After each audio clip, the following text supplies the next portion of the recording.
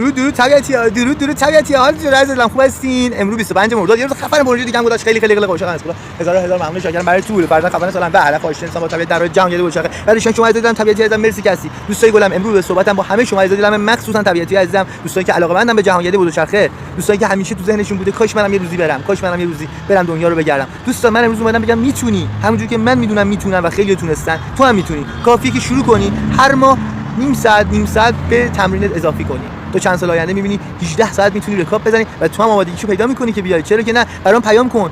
اگه تصمیم داشتی برام بنویس منم میام، با هم شروع می‌کنیم. چرا که نه؟ با هم میرسیم به همه زیبایی جهان رو می‌بینیم و عشق می‌بینیم به طبیعت. هدفمون چی بود؟ آشتی انسان با طبیعت در راه جهانگردی بزرگچرخه. پس این هدفو با هم می‌ریم جلو و از عشق طبیعت هم عشق می‌گیریم. دوستان شروع کنید.